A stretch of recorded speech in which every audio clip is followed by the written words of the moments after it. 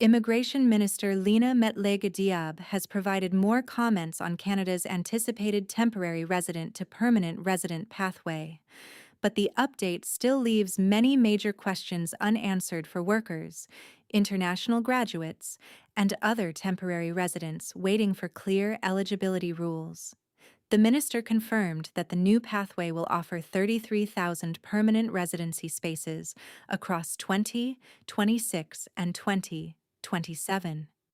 She explained that the government wants to transition people who are already living in Canada because many of them already have housing, jobs, community connections, and are paying taxes into the Canadian economy. One of the biggest confirmations is that the pathway will not be focused on people living in major city centers such as Toronto, Vancouver, or Montreal. Instead, the program appears to be aimed at temporary residents working in rural communities outside census metropolitan areas. This detail is important because many cities that people may consider smaller, such as Hamilton, London, Kitchener-Waterloo, Halifax, and Victoria, are still classified as census metropolitan areas by Statistics Canada. The minister also suggested that Canadian work experience may be the key factor, rather than a strict sector-based requirement.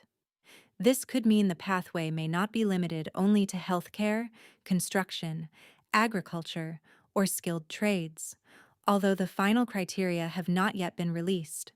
Her comments indicate that applicants who have been working in Canada for close to 2 years, especially outside large urban centers, may be the intended target group. However, temporary residents still do not have enough information to know whether they qualify.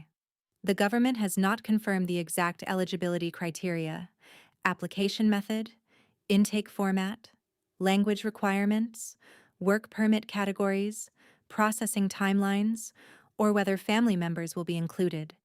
It is also still unclear whether post-graduation work permit holders and international graduates will be eligible. This uncertainty is creating real pressure because hundreds of thousands of work permits expired in the first quarter of 2026, and nearly 1.9 million more are expected to expire throughout the year.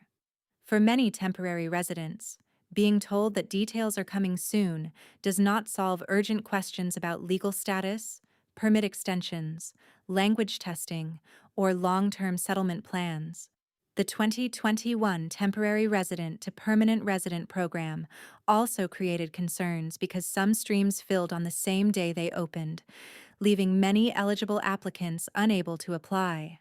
Without knowing whether the new pathway will use a first-come, first-served system, temporary residents cannot fully prepare.